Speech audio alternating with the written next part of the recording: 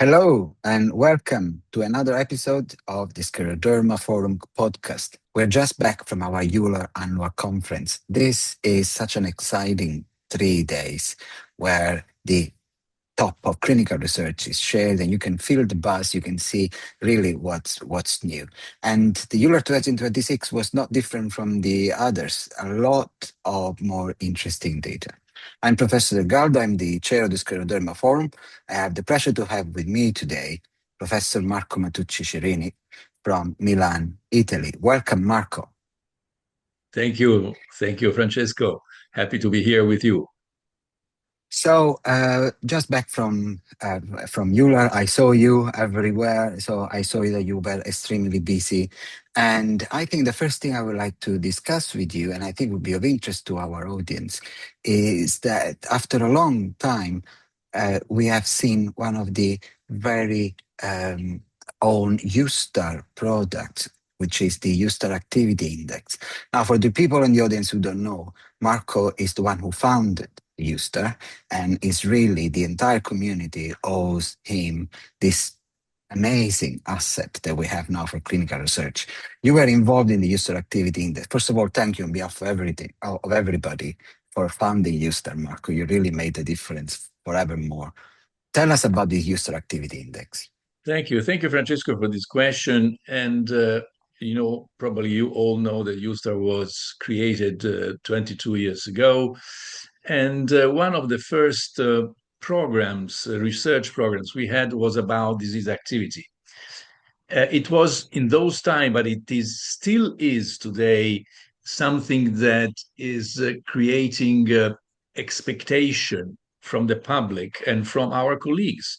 Why? Because we try to understand how active is the disease and then shape up on a, a score how to treat these patients and how aggressive we should be. So therefore, we started and we created the first EUSTAR disease activity. It was, I have to say, rather complicated because it was filled up with a lot of items. But then in time, with the progression of advancement and knowledge about the disease and the contribution of many colleagues, and in particular, I have to acknowledge Professor Tania Santiago from Lisbon, because she took the endeavor now to shape up a new version of the scleroderma disease activity that is called now MDI. So this MDI has been rather simplified. And what is very important is that anyone in his clinic can apply it, so he can use it. So this is something that in the scenario that we have today is not only for research or for clinical trials, but is entering into our clinics every day. So I think that this last revision of the MDI could be very, very helpful.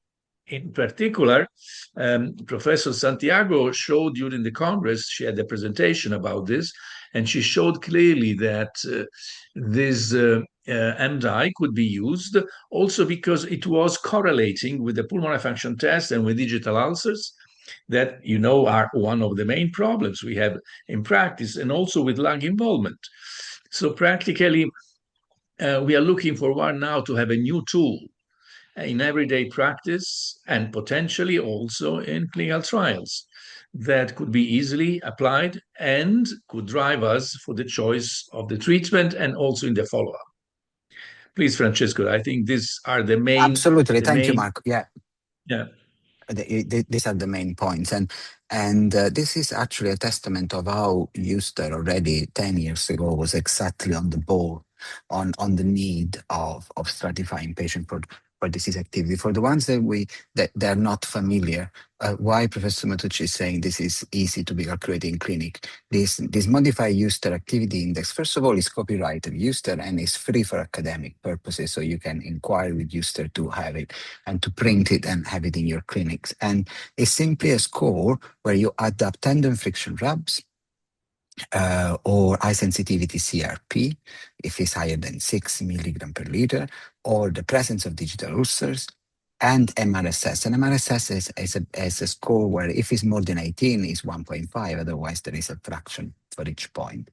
Or the LCO less than 70. These five atoms add up to a score, and if patients have more than 2.5 in this score, you call them active. Now, what Professor Santiago showed is that patients with active disease, according to the score, end up accruing clinically significant progression over time in the Euster registry, 2.5-fold more than the patients not active. So it is both a tool that can be used for clinical trial enrichment, but also, as Professor Matucci was mentioning, for stratification in clinical management, because you can decide to intensify monitoring or to escalate immunosuppressive treatment or vasoactive treatment, whatever is the case, or antifibrotic treatment, because you have an activity of disease. Thank you, Marco. Yes, another big achievement of Euster that it all comes back to you at the end, Marco. And now Yeah, thank you. talk Thank you. But and I think that, yeah, the, yeah, the big achievement here is to see this, let's say, new version score to be applied also in clinical trial, because that desperately we are trying to understand how is the disease activity, and the next step will be to link the disease activity to the progression of the disease. In particular, when we are speaking of progression, automatically it comes to our mind the pulmonary progression, the progression of interstitial lung disease. So also this is something that we are looking forward to link the activity to progression, and eventually also to damage, to the severity of the disease.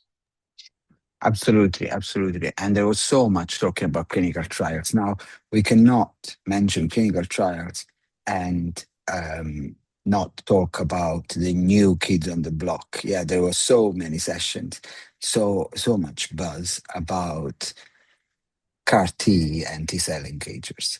Now, until a few years ago, we were all excited to have new molecules and potentially new target. And then this thing came as a storm. And now in every conference, there is so much talking about CAR T. There were the data presented, and several data were presented on this topic. And we can mention some, but tell me first, what do you think of this last step in evolution of therapeutic approach? Yeah, I think it's a great evolution. It's a great evolution in particular. Not on, let's say that the CAR T procedure is a little bit more complicated than the injection of an engager. But however, the fact that CAR T in all the experiences that we have seen have been really successful in inducing what we may call disease remission. Now, it's clear that this great success must be followed by an open label extension to see how this will work in time, and how much and for how long this remission will be kept only with one procedure. So this is something very sensitive, is a sensitive issue that all companies producing CAR T are concentrated on. And but the fact is, not only because it was successful and the patient recovered rapidly, but also because the amount of side effects was really very limited. So something that is successful with low side effects, we think that in the next future, it could become, even if we know that the whole procedure is burdened by a significant cost. And so this could be one problem that may put at the stake the extension of this procedure to everybody in scleroderma. Yeah, Maybe also in the future we shall also live other modification in the procedure. We know that there are not, we are mainly concentrated on CD19, CD20 CAR T cells, but the other kind of CAR T cell will come for sure, maybe more simplified and much less expensive. Yeah, you're right. You're right. And this cost and potential toxicity and all and overall burden is what at the moment is limiting this approach to very severe patients or refractory patients. But surely it's a new science, and the community is coping very well with it. At the beginning, with the buzz of "Oh my goodness, this is great." Now looking really at the how sustained are this effect, what is the cost benefit, we will learn, and next few years will be really exciting. It's good to see that besides some case series, some proper trials now are there with Yeah, long-term observation. So that is yeah. the science that we like. Now, on the other end of the spectrum, Marco, this was for very severe patients. On the other end of the spectrum, there was also another block of presentations and posters on the very early stages of the disease. And I say on the other end because these are not very severe patients. These are patients that now, also for the ones that don't know, that Professor Matucci is the one who triggered the identification of very early disease in systemic sclerosis with the VEDOS criteria. And this, that after 10 years observational study, was finally published in 2021, and it was recognized as a population worthy of science and of clinical research and basic research. And the research is exploding. So we're seeing now transcriptomics, we see multiomics progression. We can detect the disease biologically in these very early stages. And just to name some, there was a clinical work from Dr. Venables in Zurich for the prediction of future significant organ involvement. 45% of people with very early or with mild disease, eventually accurate organ involvement. And then there was the work on multiomic analysis that elucidating the trajectory of progression from antibody positive phase to established sclerosis from Dr. Yin from China. So we effectively have now a new age where we can identify and track scleroderma.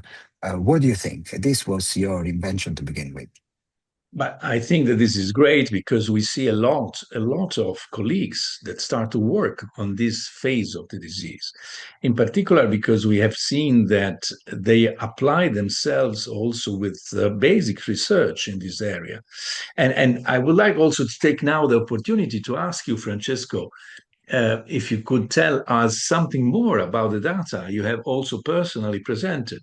So it Yeah. would be a pleasure to listen to you because you are deeply inside the subject. And so Yes. that our colleagues who are listening can learn a little bit more about Yeah. the state of advancement of research. Please, Francesco. Thank you. Thank you. So the work we've been doing is following what we published in 2025, where we discovered that even if the skin of these patients clinically looks normal, if you go and look from the biological point of view, you can see all the changes of scleroderma. You can see that there is CD45 perivascular infiltration. You can see that there is accumulation of extracellular matrix. The fibroblasts, if you extract them from that skin, they look like scleroderma fibroblasts. They make more collagen, they contract the matrix.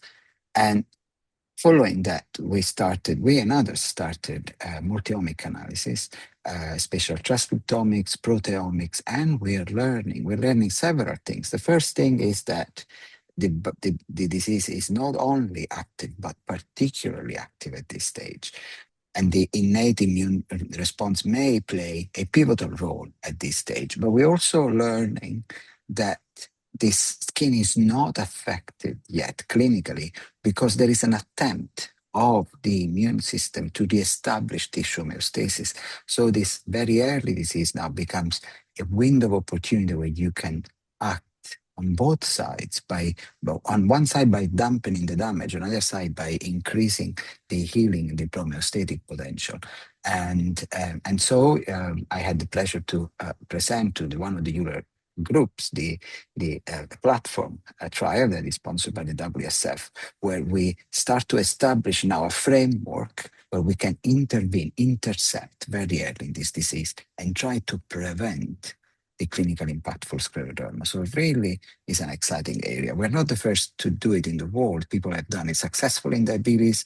They're trying in rheumatoid, but in the scleroderma community, now we have all the tools and I'm extremely excited about that.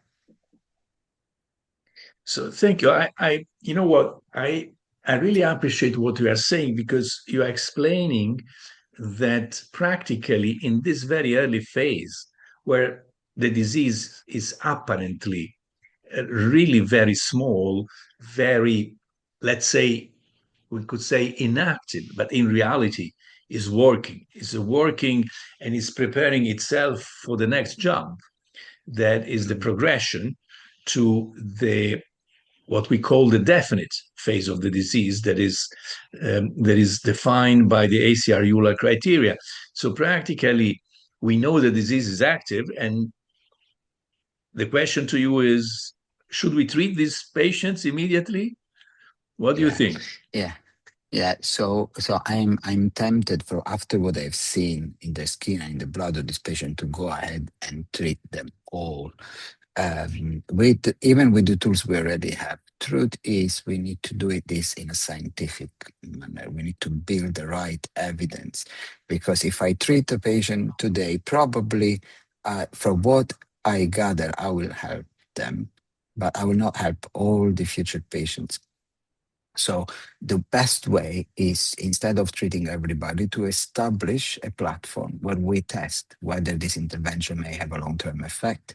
And this may have some ethical implication, but the good thing of this population is that they have very low impact of disease. At this stage, they have Raynaud's, they may have some joint pain, some already have some light heartburn, but they are not patients that have a high impact of disease. And this is a particularly good population, because they can afford the placebo. They can afford just a standard of care, whereas we can really make the difference with an intervention. So yes, I would treat them. I would treat them in the context of a clinical trial, so that we could measure the effectiveness and eventually change the face of scleroderma forever.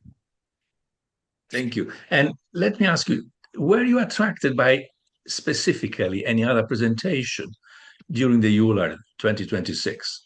Yes, there were several that they attracted my attention. The one that I mentioned of the multiomic analysis um, of disease trajectory is showing a very interesting concept. So basically, this is a presentation from Dr. Yin that investigated the molecular immunological changes across the continuum from the VEDOS stage to the established disease. And they found that this antibody positivity, it's already a biomarker of a specific biological signature, and this biological signature is actually closely linked to the antibodies. So, um, specifically, they found that the principal component analysis showing this molecular shift from healthy control to antibody positive to scleroderma with an immune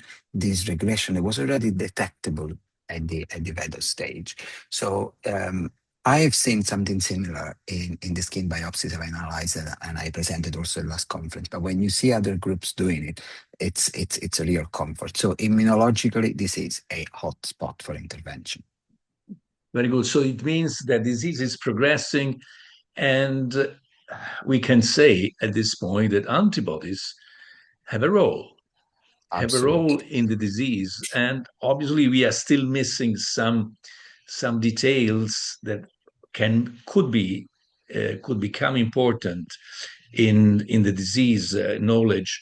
So just to drive us, because we go back to what is the concept of biomarkers.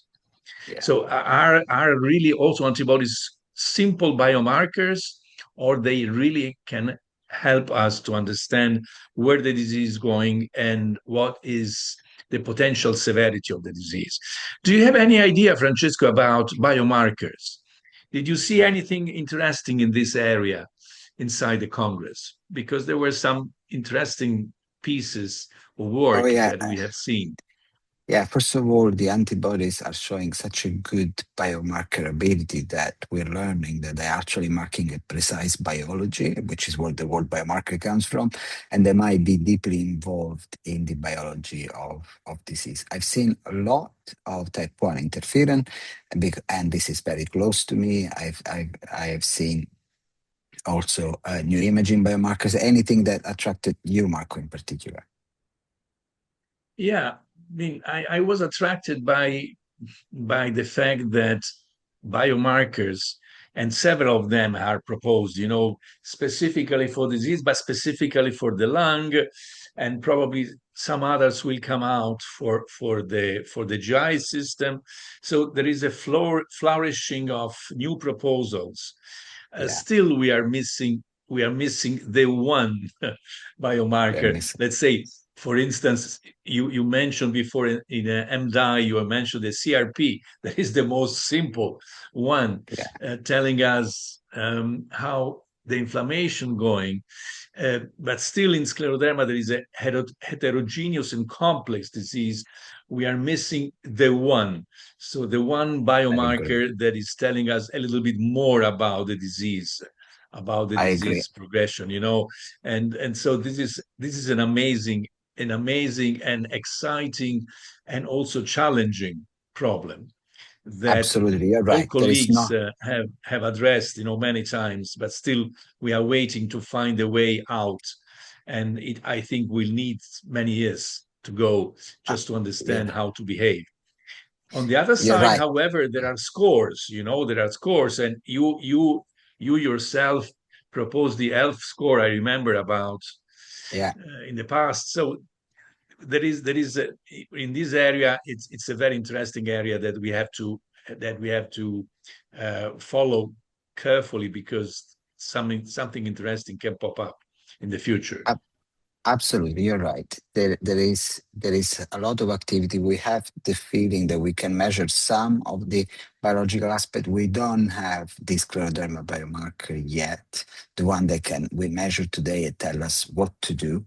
And this is a right challenge, and I think it's the excellent point to leave our audience for next steps. So a lot was said, a lot was done at EULAR. There's still a lot to be done in scleroderma. So keep following us. As soon as we know, we will share the knowledge as we usually do. On this note, I would like to thank Professor Marco Matucci for being with us Thank you, today. Professor Delgado. Thank to all the listeners and stay tuned.